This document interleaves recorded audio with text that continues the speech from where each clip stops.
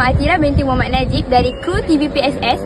Hari ini kita nak temu West, salah seorang pelajar SMK Segamat untuk join program STEM hari ini. Jom. Hai Kak. Assalamualaikum Akak. Nama Akak siapa? Waalaikumsalam. Nama saya Nur Ana Safia binti Hanafi. Selepas Akak tengok pelancaran program STEM tadi, apa perasaan Akak? Perasaan saya rasa sangat tak sabar untuk melihat aktiviti-aktiviti untuk minggu STEM ini sebab sebahagian tadi sangat menarik yang buatkan saya rasa sangat teruja. Oh, terima kasih.